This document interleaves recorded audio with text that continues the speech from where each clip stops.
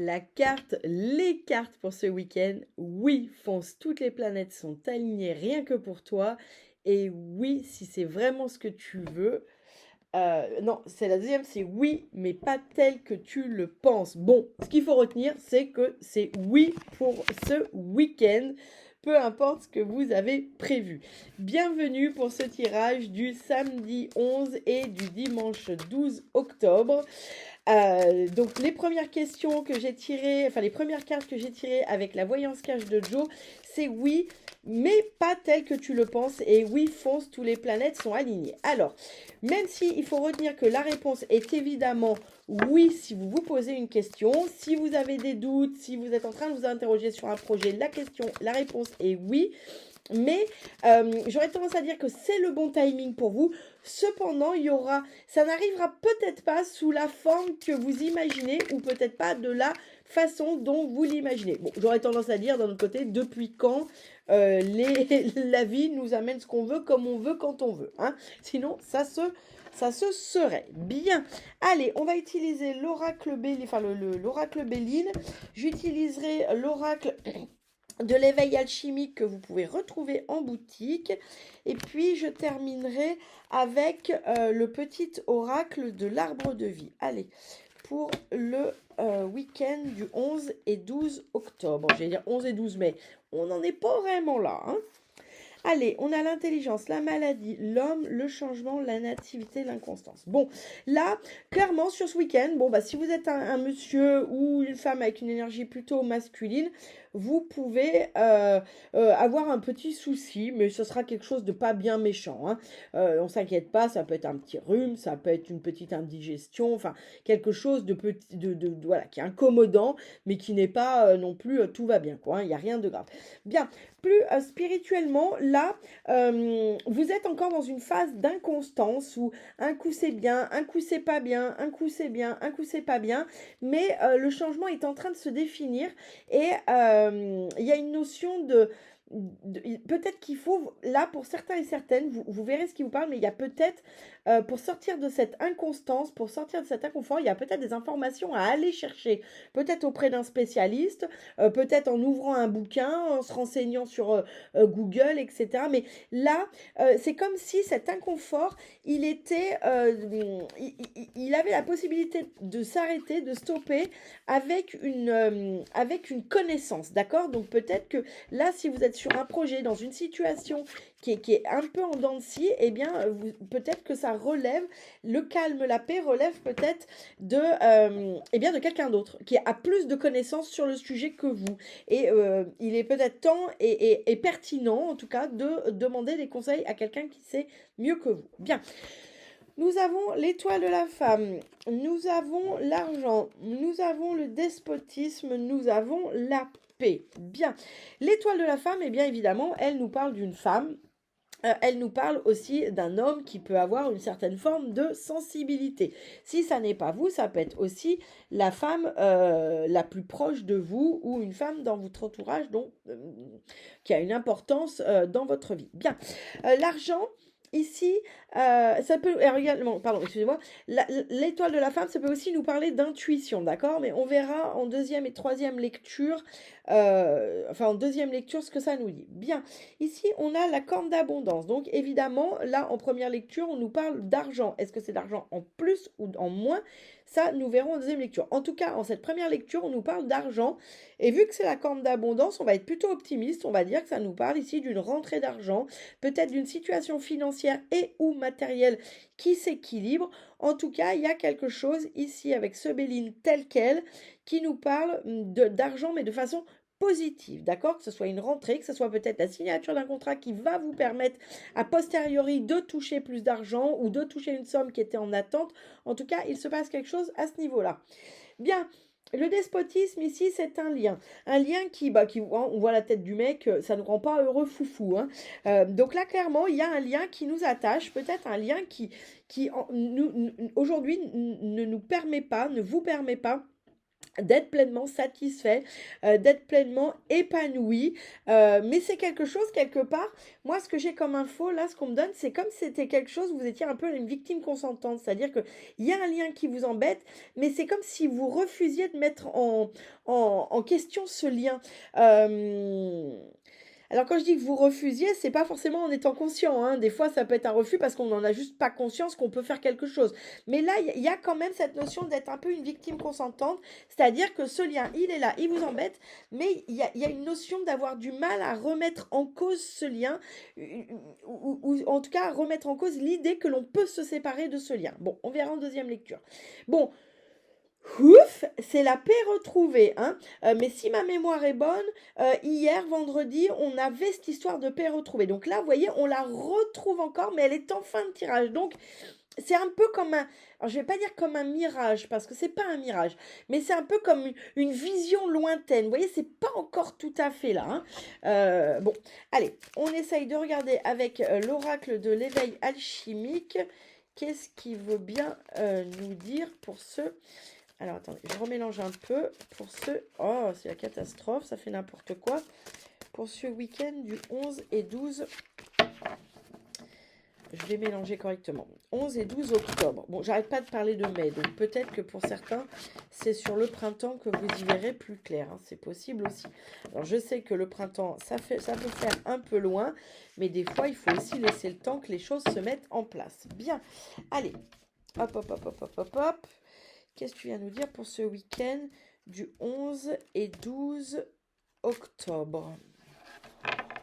Alors, en dos de deck, on a les intentions, on a les cycles karmiques, on a les chakras et on a le contrat d'âme. Bien, bien, bien. Voyons voir ce que ça nous dit. Bon, là, entre les intentions et les cycles karmiques, il y a vraiment une notion ici de se connecter justement à la notion de cycle, au fait que les choses ne sont jamais perpétuelles, mais par contre, ce qui est perpétuel, c'est le changement. Et là, il y a vraiment cette notion de... C'est comme si vous deviez prendre conscience de là où vous en êtes dans le cycle, d'accord, dans ce cycle de vie qui fait que, bah oui, on passe des fois par des phases moins bien, et puis on passe par des phases mieux, et ça va un peu ainsi de suite. Donc là, il y a une notion, l'intention avec le cycle karmique, il y a cette notion de prendre conscience, d'être pleinement connecté à son cycle.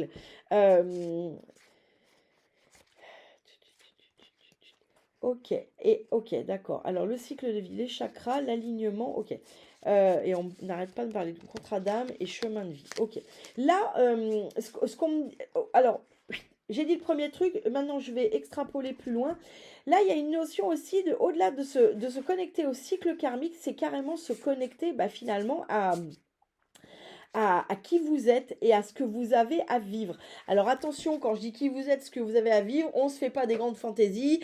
Personne n'est sur la terre pour être passeur d'âme, pour être grand thérapeute. Tout ça, c'est du tchou-tchou-tchou qu'on met autour, c'est du costume. C'est pas ça qui vous êtes, c'est pas ça que vous avez à travailler, d'accord? Ça, c'est ce qui enrobe ce que vous avez à travailler. Là, quand on vous dit, vous reconnectez à qui vous êtes et à ce que vous, en gros, à votre chemin de vie, à votre contrat d'âme, c'est qu'est-ce que vous avez à travailler. Et c'est en se connectant à ce cycle que vous allez comprendre ce qui se reproduit ou ce qui est en train d'arriver génère chez vous sur ce week-end. Bien. Donc, il peut y avoir sur ce week-end quand même de la prise de conscience, hein, je tiens à le dire. Bien. L'étoile de la femme, vous savez, je vous ai dit, donc ça parle d'une femme, vous, la femme la plus proche, et ça peut être aussi l'intuition, et regardez ce que j'ai en opposition, j'ai l'ego. Donc là, sur ce week-end, clairement, on vous invite bien, à observer, à être évidemment plus dans l'intuition que dans l'ego, mais là, j'ai cette notion, vous voyez, l'étoile de la femme, c'est aussi la sagesse intuitive. C'est finalement à observer, vous voyez, on observe cet ego et on prend conscience de quand il arrive, quand il est là. Alors l'ego, c'est pas, je le répète, l'ego, c'est pas être mieux que tout le monde, penser qu'on sait mieux. Voilà. L'ego, c'est croire par exemple qu'on a une mission de vie incroyable. Ça, c'est de l'ego. L'ego, c'est aussi toutes nos blessures, d'accord? C'est juste qu'il prend divers masques, d'accord? Mais c'est souvent celui qui nous fait avoir des raisonnements pas très, très productifs. Donc là, sur ce week-end, on vous invite quand même à observer ces montées d'ego, mais sans jugement, c'est ni bien ni mal. C'est juste le reflet des blessures qui vous habite. C'est pas mal. Quand on se pète le bras, on dit pas c'est mal. On dit aïe aïe aïe, j'ai mal. Mais on dit pas c'est mal. C'est pas ni bien ni mal de se casser le bras. C'est juste arrivé. Vous voyez? Donc l'ego, c'est ni bien ni mal. C'est juste un- c'est juste une vision des blessures qui vous habitent. C'est tout. Donc il n'y a pas de jugement à avoir. Donc là, on vous invite à observer cet ego, mais sans jugement et en ayant une espèce de sagesse intuitive en même temps, vous voyez, c'est-à-dire à ce je t'observe, toi mon ego, et qu'est-ce que je ressens par rapport à ce que j'observe. En gros, c'est ça cet exercice. Bon, c'est un peu technique, j'en ai conscience, mais je vous dis les choses telles qu'elles me viennent. L'argent, on a la dualité. Oh, ça, c'est moyen, hein, c'est pas, pas foufou. Bon, avec l'argent et la dualité ici, on me donne que vous pouvez être dans une espèce de dualité vis-à-vis du matériel, vis-à-vis de la matérialité, vis-à-vis des finances. Peut-être est-ce qu'il y a une forme de culpabilité à dépenser ou au contraire une culpabilité à économiser. En tout cas, il y a quelque chose qui ici, avec l'argent, vous met mal à l'aise. Bon, alors, qu'est-ce que c'est? J'espère que ce ne sera pas des pertes d'argent. Mais en tout cas, ici, il y a une notion sur la matérialité, sur l'argent, sur le matériel de manière générale, qui vous met mal à l'aise. Il y a une notion de mal à l'aise, il y a une notion de vous êtes en dualité vis-à-vis de ce sujet-là, et c'est comme si vous n'arriviez pas à vous positionner vis-à-vis de ça, peut-être parce que justement vous êtes dans votre ego et que vous vous sentez obligé de dire c'est bien, c'est mal, alors que c'est pareil, l'argent c'est ni bien ni mal. C'est ce qu'on fait avec qui est bien ou mal, mais l'argent en lui-même, enfin je veux dire, foutez un sac de plein de billets au milieu du désert, il ne va rien se passer, c'est pas une bombe atomique. Donc il y a ici, vis-à-vis de cette matérialité, comme quelque chose qui vous déchire intérieurement, mais très certainement parce que votre ego est en train de poser un jugement sur quelque chose où dans la réalité, il n'y a pas de jugement à avoir. C'est ni bien ni mal d'avoir de l'argent et c'est ni bien ni mal de ne pas en avoir. Ça rend les choses plus faciles ou moins faciles, mais en réalité, ça ne vous définit pas. D'accord? Bien. Le despotisme, on a la méditation. Alors ici, il y a vraiment un besoin de faire le silence pour observer ce lien-là qui vous entrave, hein. Il y a vraiment un besoin de méditation. Et dans l'autre cas, parce qu'on n'arrête pas de me montrer ça qui pour moi est une pierre d'amazonite, là ce qu'on me dit sur ce week-end, c'est aussi comme...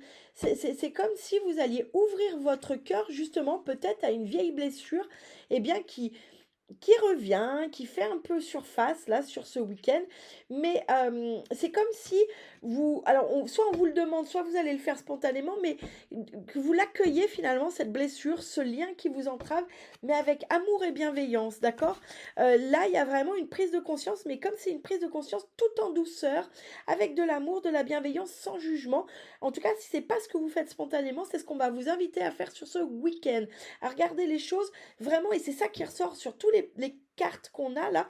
Ce qui ressort, c'est à observer les choses, à les accueillir sans jugement, sans ego, sans dualité, vous voyez, mais dans cette paix un peu intérieure qui peut être notre état quand on est en méditation. Et c'est ce qui va nous permettre de comprendre justement ce lien, de voir, de l'observer, ce lien qui aujourd'hui vous entrave quelque part, hein. Bien, et ici, on a la paix intérieure et on a le mouvement. Donc là, il y a une vraie paix, mais c'est une paix qui va vous libérer, d'accord? C'est une paix. C'est pas une paix apathique, c'est pas quelque chose qui vous immobilise, au contraire, c'est une paix qui vient littéralement vous libérer, qui vient libérer votre capacité de mouvement, votre capacité d'avancer, votre capacité d'action. Ce qui n'est pas déconnant quand on se souvient de ces deux cartes. Oui, fonce, toutes les planètes sont alignées rien que pour toi sur ce week-end, et oui, mais pas tel que tu le penses, d'accord? Donc là, c'est comme si vous étiez enfermé dans une certaine idée de ce que vous attendez de quelqu'un, d'une situation, d'un projet. Et c'est comme si là, sur ce week-end, on était en train de vous mettre en lumière que, ok, c'est ok tout ça, mais là, on peut peut-être voir les choses sous un angle différent et un angle beaucoup plus intuitif et moins en dualité égotique. D'accord? Bon, j'espère que ça va vous parler, hein, parce que j'ai conscience que c'est un peu mystique et mystérieux. J'espère que ça va vous parler. N'hésitez pas à me faire des retours. Vous savez que ça me fait toujours plaisir quand je sais si ça vous parle ou pas. Alors ça peut être soit en commentaire, soit simplement en likant la vidéo. Forcément, ça me montre que ça vous parle et ça me fait toujours plaisir. Bien. Allez, le mot de la fin avec le petit oracle de l'arbre de vie.